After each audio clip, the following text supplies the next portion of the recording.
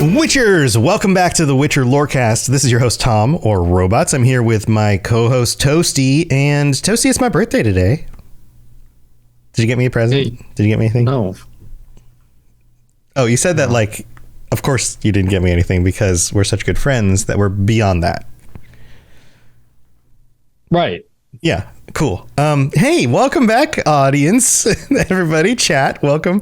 We are continuing our dive into King Radovid. We did the first part last week where we talked about two of the kings, Radovid and his father Vizimir, and then this week we're now continuing with more information about Radovid because there's a lot more going on with Radovid in the games. We talked about a bunch of the book stuff last time.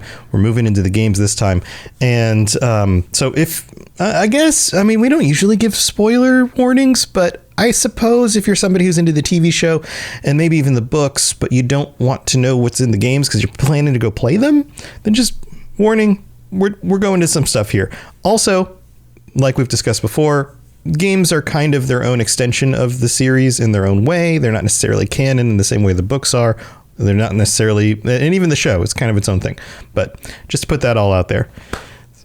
It's okay. This episode will still be here once you've completed all like 226 in-game hours of content for all three games or something. Right. No, this will be here. Yeah. And generally, if you're somebody who doesn't, that vintage, they bounce off vintage games because the older games are a little bit harder to get into, either due to the controls of the graphics or whatever, then start with 3. 3 still holds up really well, even though it's a number of years old now. Start with 3. And so maybe just for the Witcher 1 remake that we're still supposed to be getting. So yeah, look for that. And then Witcher 2 plays well too. I mean, I still feel like Witcher 2 holds up. But where do we start? Where do we start with this, Toasty? Cool. So moving straight into the game content. So this officially is all in game. None of this is canonical to the books. Or the show, technically. So he began his reign by taking care of various nobles who ruled on their lands rather independently from Tradagor. Taking care of? Yeah, like taking care of. Helping them out. Like lowering taxes, throwing parties. Yeah, so of course we know that he's like kind of coming into his reign now after everything being taken care of by like the nobles running through the Regency Council. So like he's starting to solidify his point as he actually takes power, because everyone didn't think he was going to do that. They were like, oh no, he's whatever. And he's still very young at this point. Yes. He's like, what, like 16, 18, something like that?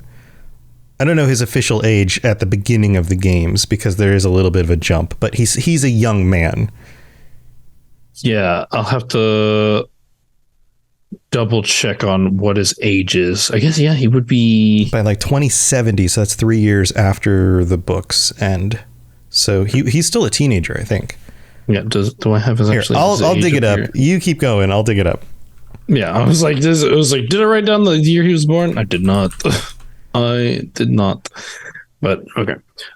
He proved a here we go. 1255. So 1255. So he would have been 25 at the beginning of the games. So he's a little bit older than I was assuming. So still a young king. Young king. He's I mean that's.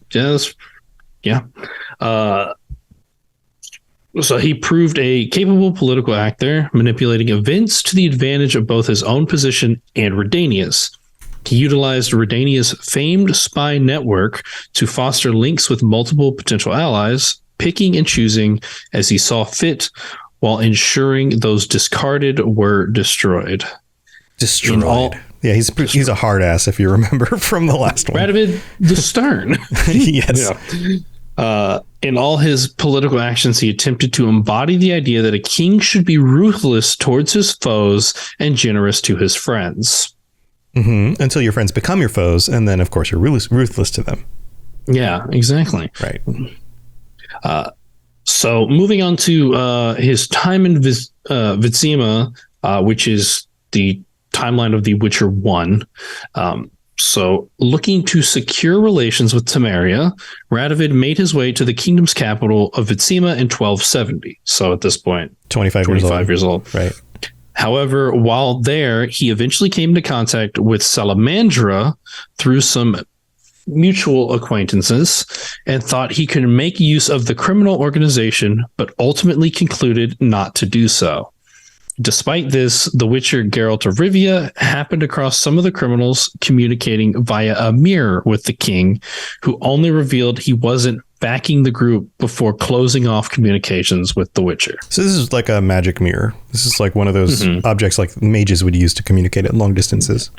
Yeah, pretty much. Eventually, though, his hideout was discovered by the Witcher. The two conversed for a bit, with Radovid revealing why he was in Vizima before asking the Witcher's opinion on Ada the White.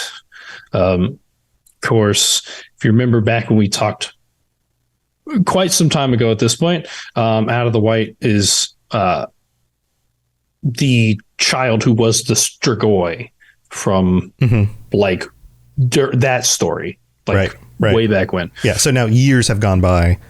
Things got better. They got better. A newt. I got better. And now they've grown up. Yes. And this does also, of course, this storyline does play in because there's like a relapse situation with Ada where she kind of starts going back into the Strigoi, and that's a big quest. Is this tied in? Man, you're bringing back memories. Is this tied into the pre-rendered cutscene that they at the beginning of the game? Yeah. So the pre-rendered cutscene. I remember thinking that looks freaking awesome. This is back in 2007 when this came out, and for its time, I mean, we're talking that's 15 years ago, 16 years ago. That cutscene was freaking awesome. That game that sold the game. So I believe it was a like rendering of the initial like Strigoi fight, the first one that Geralt does, as a kind of a like a reminder of the tie-in. Exactly. And of course that was a big deal because it was like a video like replication of the story from the book, because no one was like making any of like any shows or anything by that point. So. Right. It firmly established Geralt as a monster hunter and how dangerous these monsters were and how he barely survived the fight and all of that. It was very cool. I'm sure you can still go look it up on YouTube.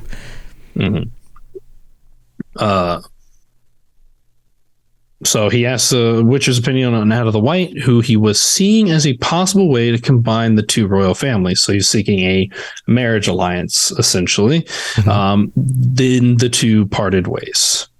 And there's actually a choice here, depending on what path you take during that quest line with Ada.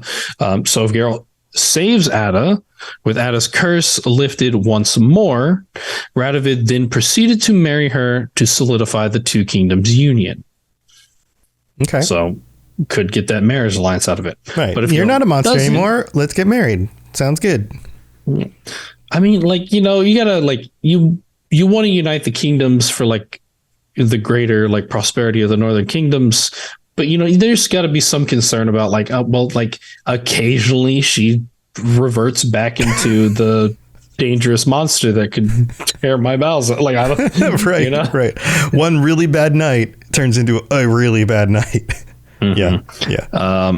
And of course, if he doesn't save Ada, with no other way to combine the two kingdoms, he returned to Redania to reign over by himself. Poor lonely. So which one of these is canon? The second one? I think it's the second one. I don't think he's married. The second one. Yeah. Although there's like so many like marriage things there. We'd have to double check because we're going to talk about another possible marriage alliance in The Witcher 2. So it must not have worked out, or she died. But I think it's probably the second one. That's the simpler explanation. Yeah. You didn't have to double check. It's been a minute. So moving on to the timeline of The Witcher 2. He goes back and works on consolidating power. So back from Temeria, Radovid began to gather his armies and erect fortresses, preparing for war more so. Yeah. We know the Nilfgaardians aren't going to quit at this point. Yeah. And he has the information from his spy network to say like, yeah, we're still not safe. Let's fortify. Yeah, because this is well, actually, we'll get into that because it's part of the later part. So I won't say that yet. To counter the sorceress's rising power, he invited the Order of the Flaming Rose to Redania and granted them lands.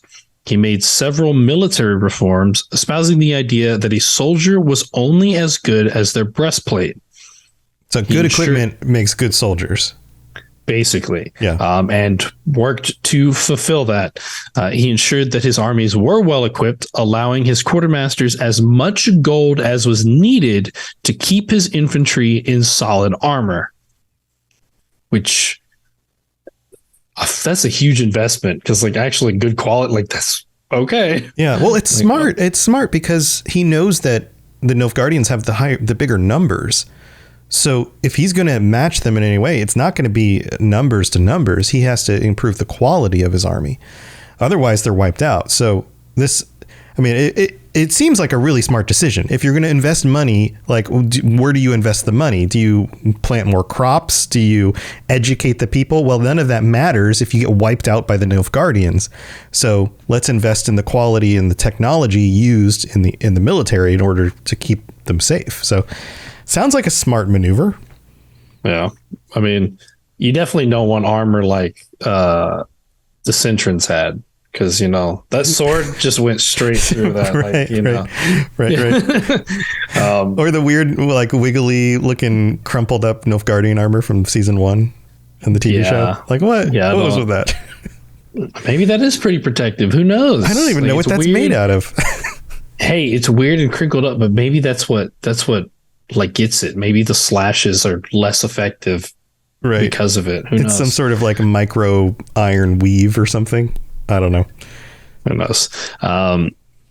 Aware that human soldiers were neither as strong as dwarves nor as dexterous as elves, he identified their key advantage in their numbers, which you kind of still, to an extent, Nilfgaardians definitely got more numbers than you, right? But if it comes to conflict with the dwarves or the elves, the human numbers are what helps there. Yeah, I think is what this is really. Which they've already been practicing that for a bit as they were purging the elder races out of their cities. Right. So, right. A mass of humans led by a capable commander could overwhelm an individually superior force. His final military philosophy concerned the effectiveness of heavy cavalry, and he would suggest that any battlefield problem could be overcome by a gallant charge, which, I mean, just know that the cavalry is effective. Like, yeah, cavalry is a very effective thing. I don't know if any problem can be overcome by cavalry. I mean, you don't want to run into a massive spearman directly with a cavalry charge, but outside of that, cavalry is kind of they're very fast to adapt. They can go around an enemy. They can rout them and cut groups in half through charging through the middle. So they are very effective for multiple reasons. Mm-hmm. These tactics would see him through several successful military campaigns, culminating in a subjugation of nearly the entirety of the northern kingdoms and the defeat of the invading Nilfgaardian forces of Emir Var Imri's third invasion. So it worked. Yeah. Good technology, good horses. I mean, and obviously but we see the impact for anyone that's played The Witcher 3. We see the impact that he has based on, what choices you pick. Right. So, right. But clearly the story isn't done here in The Witcher 2. Yeah. With all of this. In July 1271, Radovid came to the deliberations at Loch Muin, followed by a number of regular soldiers and Knights of the Flaming Rose, who were meant to ensure that peace talks remained peaceful, as well as step in if things didn't go Redania's way. Specifically, Redania's way. Mm-hmm. Shortly after arriving, the king imprisoned Philippa Eilhart with the help of a Nilfgaardian delegation. To avenge his father, he had her eyes gouged out and meant to execute her before she escaped. Right. So if you've played only The Witcher 3 and you're like, why does Philippa have the blindfold on? What's with her eyes missing? This is it. This was revenge for his father's death. Yeah. Which we talked about before. So, yeah, that totally tracks. All right. I see that we've got a journal entry here. Yes. Should I give this a read? It's a pretty long one. So this first part is a bit of a refresh. The second part is very specifically having to do with the choices that you pick during the game. Yeah, and this another one written by Dandelion? These are Dandelion's journals? I believe so. Yeah, so it says, when Radovid's father, Vizimir II, had fallen victim to an assassin a few years earlier, the prince had but 13 summers. So he was 13 years old when that happened. The country fell into chaos, as usually happens in such circumstances, and Queen Hedwig would not have been able to control things. The aristocracy, as they tend to, started to organize themselves into factions, attempting to tear something out for themselves. This is all the stuff we discussed last time, which is kind of wrapped up real tight. Some practically licked the boots of Nilfgaardian emissaries, doing so with much practice and a real sense of commitment. The Regency Council, appointed to save the kingdom from the conflict, managed to do so and probably hung the traitors. So they pushed back the Nilfgaardian influence in their politics. Yet its members disregarded their underage ruler. Therefore, nobody among the Redanian nobles expected that Radovid would grow up to become such a firm monarch who would repay all humiliations he and his mother had suffered during the regency. The king was quick to show that if his father had earned the moniker of the Just, he would be remembered by history as the Stern. If Geralt chooses Ivareth's I want to say Ivareth, but it's Ivareth's path during the end of chapter 1, the sorceress Philippa Eilhart had the dubious pleasure of seeing the aptness of Radovid's moniker with her own eyes, so to speak. After presenting her with a list of charges reinforced with personal animosity and information from the imperial envoy, the king had her eyes pulled out. Not just stabbed out, pulled out. You might say that Radovid couldn't turn a blind eye to her sins. Wah, wah, wah. Thanks, Dandelion. Definitely Dandelion. Yeah. Even before Geralt related his impressions of the discussion with Radovid to me, I already had a feeling that it would have been best to avoid attracting the Redanian monarch's interest in my modest self. When Geralt ended up in his dungeon, the king unhesitantly provided him with a list of arguments detailing why it was Redania's national interest that the future be deeply unpleasant for the Witcher and Triss. He did point out, however, that it was nothing personal. Unlike the proud and sometimes self-centered Foltest or the fitful coarse Henselt, the king of Redania was a reserved, calculating politician. Geralt learned that he was not the sort of man that would allow himself to be deceived or led astray by provocation. Prevarication. Prevarication. I don't know what prevarication actually means. Somebody look that up. The king could instantly sense falsehood and was gifted at maneuvering his opponents into revealing whatever information was desired. Radovid had very specific plans concerning his neighbor, the chaos-riddled Temeria. With the prospect of another war against Nilfgaard looming, he and the Caedweni monarch aimed to partition Temeria in order to forestall the empire from acquiring its lands. So they were afraid that Temeria was too weak and would fall to the Nilfgaardians. So if they divided it up, they'd be able to mount a defense. Yeah. Prevarication, by the way, means to hide the truth by not giving a direct answer. Interesting. You learned a new college level word, everybody. Congratulations. If Geralt chooses Roach's path during the end of chapter 1, so remember in The Witcher 2, there are two main decisions. This decision right here that really changes what you actually get to experience in the game in a major way. Radovid wanted to use Geralt to recover Anais La Valette, the King Foltest's youngest child. Although she was oblivious to the fact the girl was a trump. The girl was not a tramp. I'm so sorry, Anais. The girl was a trump card in a high-stakes game, the prize Foltest Legacy. If Geralt chooses to give Anais La Valette to him, Radovid had very specific plans concerning his neighbor, the chaos-riddled Temeria. In the situation, fate embodied by a certain Witcher and a military captain had delivered Anais La Valette, Foltest's illegitimate daughter, into his hands. Thus, the Redanian king had a strong argument that Temeria should be acknowledged a Redanian protectorate. Thanks to skillful political maneuvering, Radovid greatly strengthened himself in his kingdom's position. If Geralt chooses to give Anais La Valette to John Natalis, Radovid had a very specific plans concerning his neighbor, the chaos-riddled Temeria. whatever, the same kind of stuff. Yet fate embodied by a certain witcher and a military captain had delivered her and Foltis' illegitimate daughter into the hands of Temeria's regent, John Natalis. Radovid would have to find some other way to expand his dominion. So these are the way the different options go. Mm-hmm. And that's how The Witcher 2 wraps up. Dun, dun, dun. Now, in The Witcher 3, Temeria isn't divided up, right?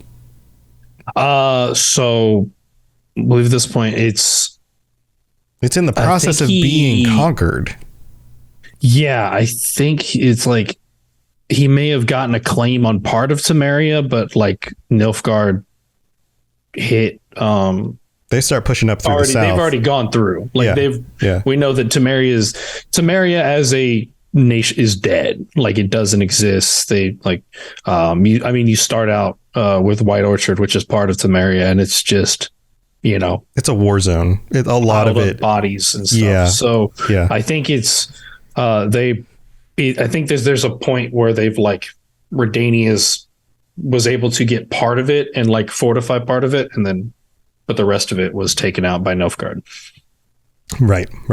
All right. Well, that's the end of The Witcher 2. And then after the mid-break, we're going to talk about The Witcher 3. But let's go thank our patrons. We'll be right back. Very well. Let us get this over with. Something has infested my vineyard. Mm-hmm. Great. Let me go prepare my something oil then. This is the part of the show where we get to thank our patrons. Thank you to everybody who supports the show. And a big shout out to our higher vampires, Ben of Temeria and Jared M. Thank you for your support as well. And if you are interested in making sure this show can keep going, in getting ad-free episodes or t-shirts or stickers or joining us on patron chats, head over to patreon.com/WitcherLoreCast and check out all the different stuff over there. Big thanks to everybody. We really do appreciate it. Also, if you'd like to leave us a 5-star review on Apple Podcasts, we'll read that out on a future episode of the show. We don't have any new ones this week, but that helps a ton as well. Plus rating the show on Spotify or leaving some comments on the most recent episodes. We've got a few that came in over the last week. I pushed a bunch of that stuff out. They go through like an approval process where we have to actually look first before we hit share that. So everyone's been very kind. There's not like I've gotten any reviews that have come in that I'm just like, that's really mean, I'm not going to share that. So thank you to everybody for the positivity and for helping to support the show. We really do appreciate it. All right, let's move on with the rest of the episode. You smell of death and destiny, heroics and heartbreak. It's onion. Right, yeah. All right, on to The Witcher 3. Now, this is the one that most people are going to be familiar with. And, of course, Radovid shows up in this one as well. Yes, definitely. Very significant figure in this game. Specifically in his part during the Third Northern War. So when the Third Northern War broke out, Radovid remained the only monarch to have the strength to resist Nilfgaard. Taking advantage of this, during the winter break, he invaded a weakened Kaedwen and absorbed the Kaedwenian army into his own. He also had Temerian partisans and Kovirian mercenary companies at his disposal, and considered utilizing the Crescent Moon, an influential independence movement in the Nilfgaard-conquered Nazir. So he's like consolidating his power. Yeah, bringing in like any forces that he can. Right. However, both Radovid and Emir had set their eyes on Novigrad, as whoever controlled the free city would not only have control over the ports, but its hefty treasury as well, therefore making victory likely for the one who gained control of it. Mm-hmm. Try and sorry. We spend a lot of time in Novigrad. It is a large city, even from video game standards, fairly large place. Lots of houses, lots of places to go, side quests, all sorts of things. But this is a free city. This city isn't in control of any specific king or emperor. Yeah. So, but we know that they're definitely, it is much closer to, or I guess at this point, maybe it's kind of in like the middle point because because Nilfgaard has moved so far north at this point. Yeah, because I was like, it's in Redania for the most part, but it's the free city. But I guess at this point, it's Nilfgaard on this side of Novigrad and Redania on this side, so it's really not much of a difference. Although we do know that Radovid kind of chills in Novigrad for a time, so to try and weaken the city for his taking, Radovid employed the services of Horson Jr. Horson Jr. Yeah, I hate this guy. Yeah. One of the big four of Novigrad's underground crime bosses, enticing him with money and a grand estate in Oxenfurt in return for turning on the other bosses and bringing about their downfall. I'm sure anybody who's played The Witcher 3 a few times has gone through this quest line. Did you just murder everybody? I just murdered everybody. I definitely murdered this guy. I murdered, but yeah, I murdered him. I think on my first playthrough, thinking back, I'm pretty sure I killed him, and then I just murdered everybody else on the way out because I was just like, screw all of you. Yeah, well, I mean, I don't, because I know that you can offer mercy. I don't think I can ever bring myself to do that in like the very particular room you walk in. Oh yeah. Like that. Like that's a person that needs to die. Right. He very much needs to be dead. Yeah. The world would be better off without you. Yeah. Yes. His plan worked to a degree, but once it was clear that Junior had outlived his usefulness, Radovid decided to reveal his location to Geralt, who sought revenge on Horson Jr. for unrelated reasons. However, Radovid took advantage of this and called upon Geralt for a favor. While on board his flagship, the HMS Oxenfurt Tredogor, Radovid asked the Witcher for his help in finding and apprehending Philippa Eilhart. Mm-hmm. Mm-hmm. Yeah, Infected in chat says, especially when you have to kill a dozen of his people first to get to him. Yeah, by the time I'm normally pretty. I try to be a nice guy in games, but I think at that point I was just like, screw all of you. Yeah, I try to do like play fairly nicely. It feels particularly right to Geralt because he's always trying to do the right thing, even though he's supposed to be neutral. But like that is just like the right thing is this man's death. That is the correct thing in this course. Right. Like it's rough. Yeah, it's rough. Go play it. We won't go into more detail right now, but go play it. All right. So we got a Witcher 3 journal here. Got another journal entry. I'll read this one. Sound good? You want to read it? Let me see. Sorry. Here. Start That's there. a good place to start. Yeah. All right. Yeah, because it does a little recapping. The first two paragraphs are just stuff we've all heard before. So right.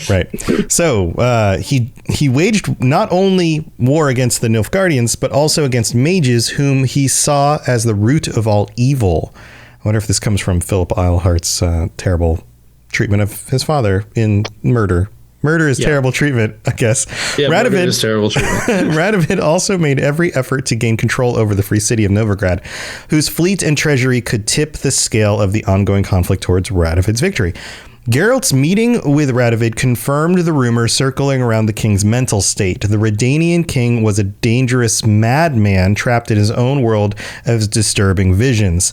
This did not make him one jot less intelligent or cunning, however. Yeah, and they played this in the games. The whole, like, he has, since he's been a young man, been fighting in order to prove himself, and now has the Nilfgaardians encroaching on him and everything's coming down, and he's starting to like lose his sanity a little bit.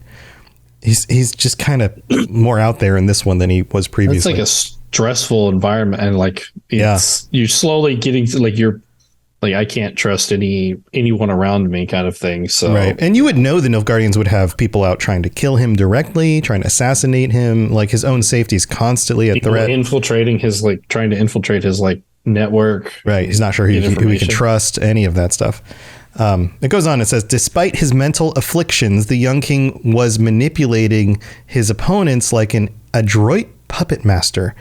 Radovid burned with particularly intense hostility, first kindled in his earliest childhood days for the sorceress Philippa Eilhart. Rumors spoke of how he had prepared a special torture regiment just for her. So plucking her eyes out wasn't enough. And while the 24 points they mentioned were surely an exaggeration, they accurately conveyed the general scale of his hatred. If Geralt completes Reason of State, the terror of Radovid's reign had led not just enemies, but also his allies to even his subjects to long for his death. So he becomes like a terrible, terrible person. Mm-hmm. The phrase monster in human flesh fit Radovid with the stern perfectly. Perhaps it was awareness of all the cruel and bestial acts this madman perpetuated that led the Witcher to get involved in the plans for his assassination. Hatred for Philippa Eilhart proved to be Radovid's weakness. He was ready to do anything to capture her, even abandon the safe confines of his flagship. The plan for luring Radovid out of hiding worked, though not without complications. Irritated by Geralt's typical cheek, Radovid brayed for the Witcher's blood, and Geralt only dodged the executioner's axe thanks to the intervention of his co-conspirators. Perhaps the delay this caused was what allowed the ruler to nearly escape his assassins, but in the end, he could not cheat fate and died at the hands of Philippa Eilhart, who descended suddenly, a veritable demon of vengeance to revenge the wrongs he had done to her. Man, it's almost Shakespearean, right? Like, she kills his dad, he plucks her eyes out, then he wants to torture her some more, and then she eventually kills him. Yeah. So this does come into a very unique situation for us talking about a particular character, because and we will get into the possibilities based on what you pick for the result of this quest. But currently speaking, because we are still awaiting the however so many years until we get The Witcher 4, we don't actually know what the canonical ending is for this quest. Right. So he could have been killed by Philippa, or he can remain alive, and that completely swings the tide of the war. Wow. His death or not death is the tipping point in this war. Personally, my guess is the canonical ending is going to be Nilfgaard takes over, because it seems like we're probably moving to a new part of, like, not even the continent, but a new area of the world that's never been seen before, based on like just the stuff we gotten into, like the fan content and whatnot, that seems to be leaning towards the hints and things. Yeah. So my guess is that that he's going to be dead. Nilfgaard's going to win. But I'll specifically get into that. Okay. So if he's left alive, what happens? In the end, Radovid managed to defeat the invading Nilfgaardian forces, winning the Third Northern War. With this victory, Radovid absorbed all of the north, including Novigrad, into his own empire, resulting in him being known as the Protector of the North. Under his lead during the so-called Iron Judgment, the Redanian army continued the territory's expansion, clashing against Mahakam and Aedirnian troops, and even against the Skellige's fleet in the Great Sea. Perhaps the most defining feature of Radovid's reign was his policy of relentless witch hunts. All over the north, groups such as mages, non-humans, herbalists, and soothsayers were burned at the stake in mass numbers. Radovid seemingly lived up to an elderly age and was remembered in history as Radovid the Stern. Many listed him alongside Cyrus Ingolkind Himmelfart as one of the key people responsible for the witch hunts. Himmelfart. But this is so terrible, because even though the North fends off their invaders, he now hunts down mages and non-humans and anybody who doesn't fit into that norm, which is a lot of killing other people. Not my preferred. Yeah. If assassinated, sometime later on, while his ship was anchored in Novigrad, Radovid was approached by many others claiming to know where Philippa was. But seeing through these lies, he dealt brutal punishments to the deceivers, from having them blinded, their tongues and fingers cut off, or drowned. Geralt subsequently approached him, claiming to have found her location, St. Gregory's Bridge. After being provided proof in the form of Vitzimir's ring, which Philippa had used to pass decrees in the late king's name, Radovid and his soldiers set off for the bridge at once. However, the king turned on the Witcher, claiming that he irritated him and ordered his men to kill him. The Witcher was ultimately saved by the timely arrival of Temerian guerrillas who ambushed the area and therefore caused Radovid to flee. At the last house, the monarch banged on the door to open up, but was stunned when Philippa opened the door to greet him. The sorceress then proceeded to blow powder in Radovid's face, blinding him and leaving him in agonizing pain before she thrusted a dagger in his back, killing the king. And done. And that would be it, Radovid. Yeah. And of course, without Radovid's influence, Nilfgaard does go on to win the war. Right. Yeah. I'm pretty sure this was my first playthrough's ending of Radovid's story. If I remember correctly. It's been a while, but I'm pretty sure this is the one that I picked the first time. It comes down, like, personally for me, it just comes down to like the policies that the like Emir is a dick. Right. We don't like Emir, but like, even then, like, I mean, we know further spoilers, of course, but that's what this whole thing's been.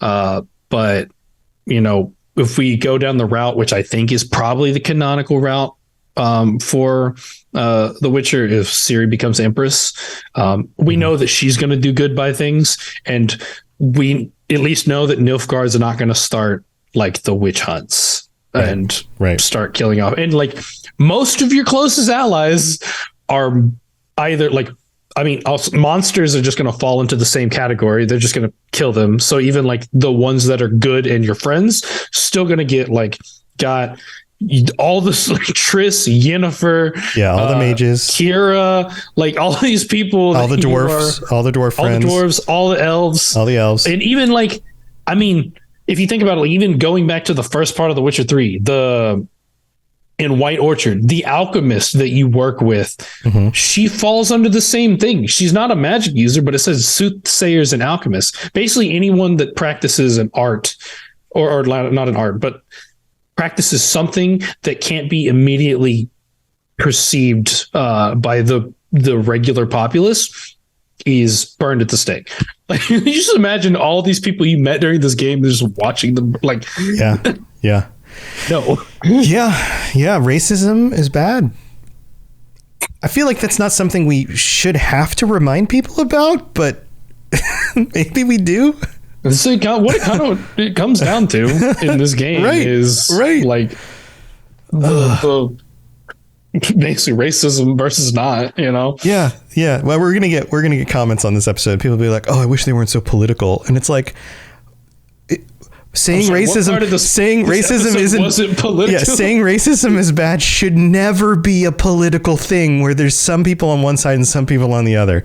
That should never happen. Yeah. That never should be a political thing. Yeah. Why is it?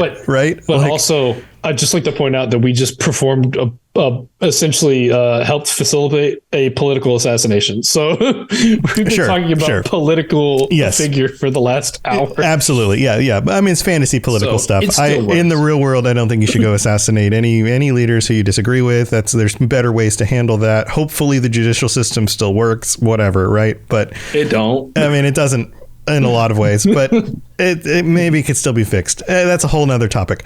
But yeah, that's where this comes down to.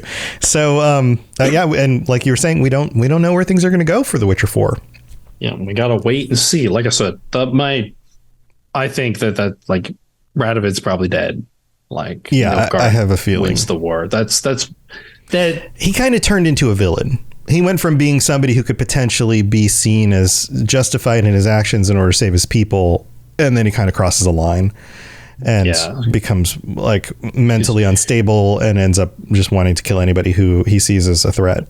Yeah, because we know, like, typically the endings aren't great, but like Radovid winning the war is a like really dark ending for that. So I don't think it fits quite to that level. Right. I agree. Well, we will be back next week. We've got to wrap this up. Do we have plans for next week's show? Philippa? Are we talking about Philippa? We talked about Philippa. Oh, we talked about Philippa. Are we talking about... already talked about Philippa. I'm sorry. Who else is there? Who else is there in the Radovid, like, Redanian circle? Anybody else? So I mean, there's probably still a few. So there's probably we'll a few. have to figure it out. We'll figure it out. But we'll be back next week with a regular episode. Stay tuned for that. Toasty, you got anything else you want to share? Man, check out the Cyberpunk Lorecast that I do with my co-host over there, Genesis. Talk about the world of Cyberpunk, the lore and characters behind it, and then also if you're interested in Cyberpunk, I do the Cyberpunk Red live play podcast, Cyberpunk apostrophe D, with the fumbling for an almighty crit gang. Yeah, go check that stuff out. If you need links, you can always look at robotsradio.net or just search on your podcatcher, whatever you're listening to this on. And I've got a bunch of other shows too, a bunch of different lorecasts about a whole bunch of series, Bethesda games and Mass Effect and a bunch of other stuff, Lord of the Rings. So go check that stuff out if you're looking for more content or anything else. There are lots of shows on the network doing lots of cool stuff. You'll probably find something that you'll like. So thanks for being here, everybody. Chat, thanks for being here and hanging out. We will see you next week. Until then, stay safe on the path. See you later. Thanks for tuning into the Witcher Lorecast. We'd love to hear about your experiences with the games and the books and the TV series and all your thoughts on everything. Please check out the Robots Radio Discord and follow us on Twitter at Witcher Lorecast. You've been listening to a Robots Radio podcast. Smart shows for interesting people. Check out all the shows at robotsradio.net.